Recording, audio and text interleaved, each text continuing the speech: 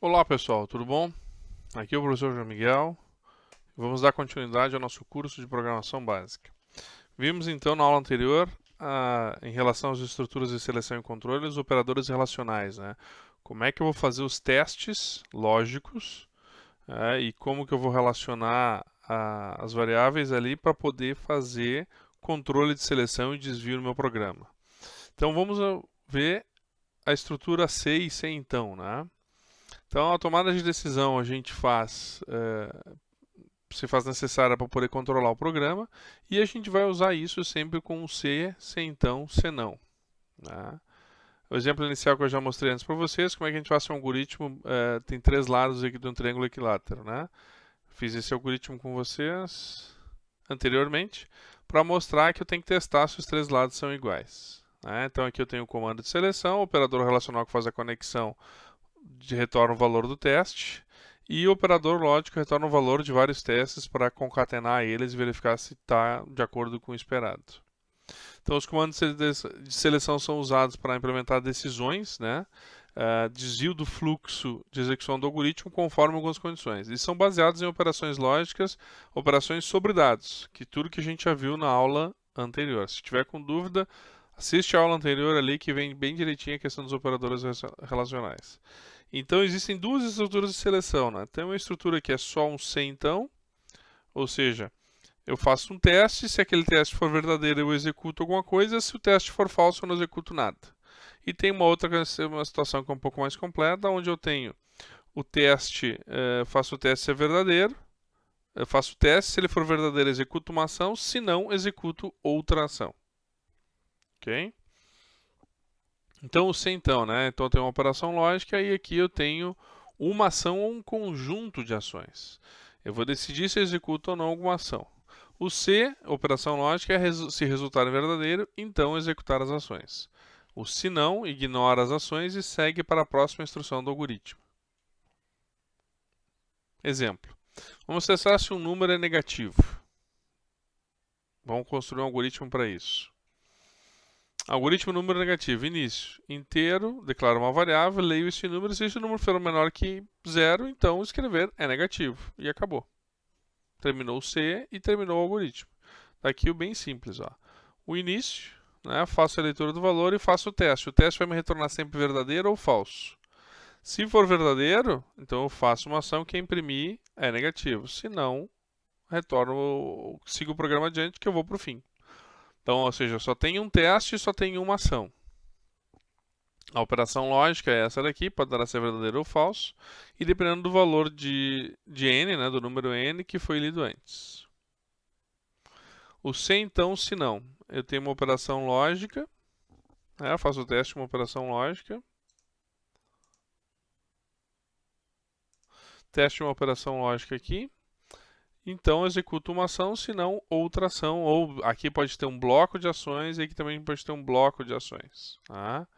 É imprescindível que a gente tenha clareza no nosso programa que nós estamos testando para saber o que vai ser executado conforme for verdadeiro ou conforme for falso. Então, decide se executa ação 1 ou ação 2. Então, se está aqui o teste, né, resultado é verdadeiro, então executa ação 1. Se não, ignora as ações 1 e executa a ação 2. Ou seja, o que falhar, ele é seletivo, ele não executa uma parte de um e uma parte do outro. Ele é um ou outro. Vamos fazer um algoritmo aqui para mostrar a diferença entre dois números. Eu declaro aqui, então, três variáveis, n1, n2 e diff. Faço a leitura do n1, faço a leitura do n2 e depois faço um teste. Se n1 for maior que n2, então a diferença é n1 menos n2, porque o n1 é maior. Eu vou subtrair sempre o menor número do maior. Se não, a diferença é n2 menos 1, porque se n1 não for maior que n2, então é o contrário, n2 é maior que n1. Mas lembre-se, só para esse caso isso está acontecendo. Tem outras situações que quando a gente faz um teste, o oposto nem sempre é verdadeiro. Muitas vezes o teste lógico ali, o complemento nem sempre é verdadeiro.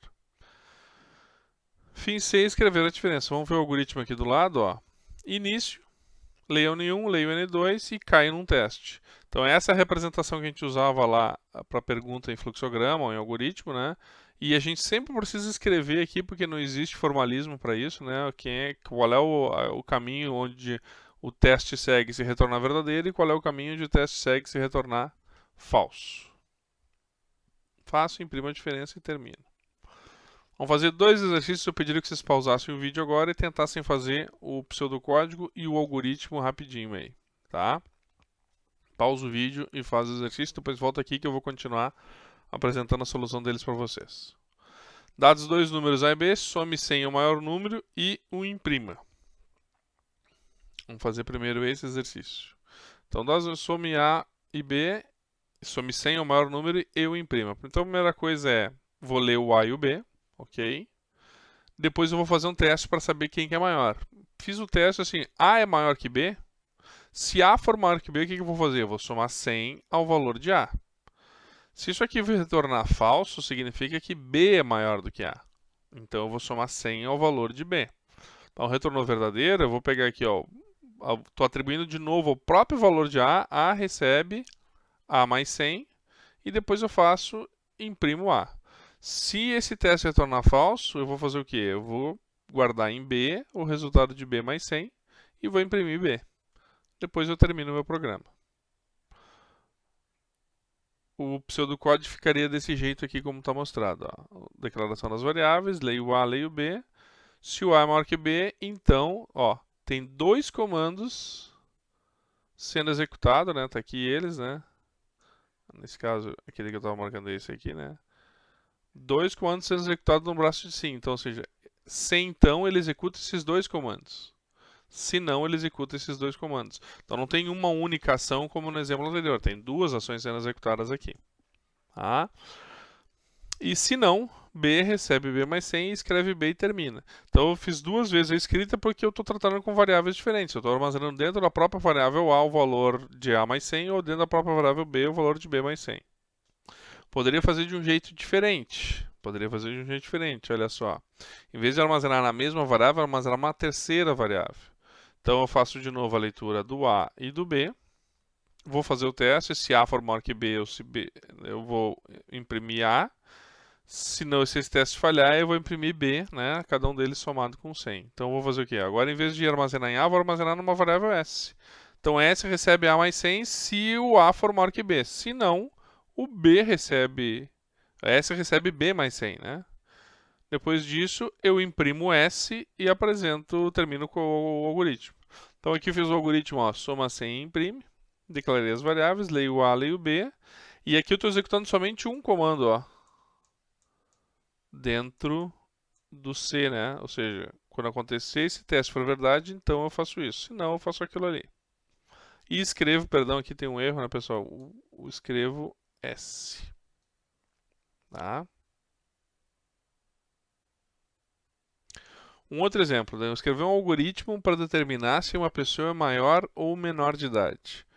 Qual é o critério que a gente usa para saber se alguém é maior? 18 anos, normalmente, né? Esse é o que manda a nossa legislação atual. Então, eu simplesmente vou ler a idade, vou verificar, é maior que 18 anos? Sim, então imprime maior de idade. Se não for maior que 18 anos, então imprime menor de idade e terminou. Está aqui o algoritmo, certo? Ó, declaro uma variável inteira do tipo idade, vou ler a idade maior que 18, então escrever é maior de idade. Se não, escrever é menor de idade. Mas agora me digam, está plenamente correto esse algoritmo aqui? Essa variável idade aqui, ela está de que tipo? Está do tipo inteiro, né? Então, a pessoa pode ter 17, 18 ou 19. Se a pessoa tiver 18 anos, isso aqui acontece? Não, né? Ela precisa ter pelo menos 19 anos para poder ser válido isso daqui. Então, nosso algoritmo está furado com esse valor de comparação. A gente precisa pensar sempre no valor de comparação. Então, vamos fazer diferente. Vou fazer agora, testar se ele é menor que 18 anos. Se ele tem menos de 18, então ele é menor de idade. Ou seja, se ele tiver 18 anos, esse teste funciona? Funciona.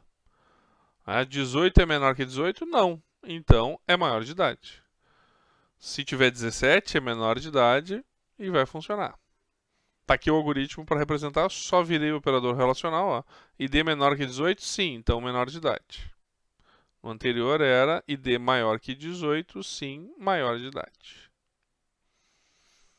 Mas desse aqui, que de forma eu poderia consertar ele? Eu poderia fazer diferente, né? Eu poderia fazer um maior ou igual. Né? Então, no momento que a pessoa completar 18 anos, ela já tem 18 anos ou acima disso, está valendo. Então, eu posso consertar aquele. Então, é bastante importante isso vocês observarem plenamente o que tem no operador relacional para saber como está funcionando o algoritmo, se está de acordo. Agora vamos fazer mais um. Vamos ver aqui a questão dos senão encadeados, né? Eu posso fazer então o se e faço o teste lógico. Então, ação 1. Depois, se não, ou seja, se aquele teste falhar, vou fazer outro teste. Então, tem aqui um outro if, um outro teste e uma outra ação. Se não, uma terceira ação, mas eu poderia colocar de novo aqui um outro se. Então, são vários ifs encadeados. É uma forma que a gente costuma, por exemplo, para testar a faixa de valores. Né? Se o valor for menor, aqui no exemplo, ó, se o valor for menor que zero, então o resultado é igual a zero. Se não, se o valor for maior que zero, então o resultado é igual a 2. Se o valor estiver entre 0 e 10, ele vai retornar essa situação aqui, ó, resultado igual a 3. Então, se for menor que 0, ele retorna esse valor aqui. Se for maior que 10, ele retorna esse valor aqui. E se não, está aqui. Então, ou seja, eu estou começando um valor aqui, uma escala que vai de 0 até 10, por exemplo, aqui, né? Nessa situação, se o valor for menor que zero, o resultado, aquele ali expresso no programa, res, recebe zero. Depois ele faz um outro teste se o valor é maior do que 10. É maior do que 10. Então aqui, resultado vai receber um valor igual a 2. Então, falhou esse pedaço e falhou esse pedaço, ele só pode estar entre 0 e 10. Aí, no caso aqui, ele vai retornar que resultado é igual a 3. Certo, pessoal? Vocês vejam que nesse teste aqui, ó, o 0 faz parte de qual faixa de valores? De qual faixa de resultado? É menor que 0. Então, o 0 está incluído nesse resultado 3 aqui, né? A mesma coisa que o 10. Aqui é maior do que 10. Então, o 10 está incluído no resultado 3. Vamos fazer um exercício juntos aqui. Faça um algoritmo em que eu leia a quantidade comprada de um produto e o preço unitário desse produto. Se o preço total a ser pago for inferior a R$100, então eu dou um desconto de 5%. Então, já estabeleci uma faixa, né? 100 reais aqui é um limite. Então, se for abaixo de 100 reais, é 5% de desconto. Tá? Aqui é o 100. Tá meio ruim, mas tudo bem. Se o preço for ficar entre 100 e 1.000, ou seja, eu vou ter um outro valor aqui em cima, que vai ser o R$1.000, né? Então, fornece um desconto de 5% e um bônus. Então, ele vai ter duas coisas. Vai ter o 5% de desconto, né? E 5% de bônus. E se o preço total a ser pago for superior a R$1.000, dá um desconto de 10%. Então, aqui, sendo superior a R$1.000, ele vai ter 10% de desconto, certo? E vai ser VIP. Vai ser VIP. Ah, e tem mais ainda os 5% de bônus. Certo? 5% de bônus. Então tem que dividir, tem que testar o meu valor do produto consumido, né? Entre uma faixa até R$100, de R$100 a 1.000 e de 1.000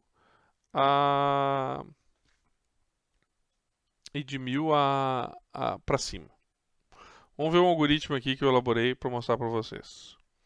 Então a primeira coisa é ler a quantidade do produto e o preço desse produto. E calcular o total da compra, ou seja, o total da compra é a quantidade vezes preço, e depois eu vou continuar meu fluxograma aqui, meu algoritmo. Voltando para cá, a primeira coisa que eu vou fazer um teste é para saber se é menor do que 100.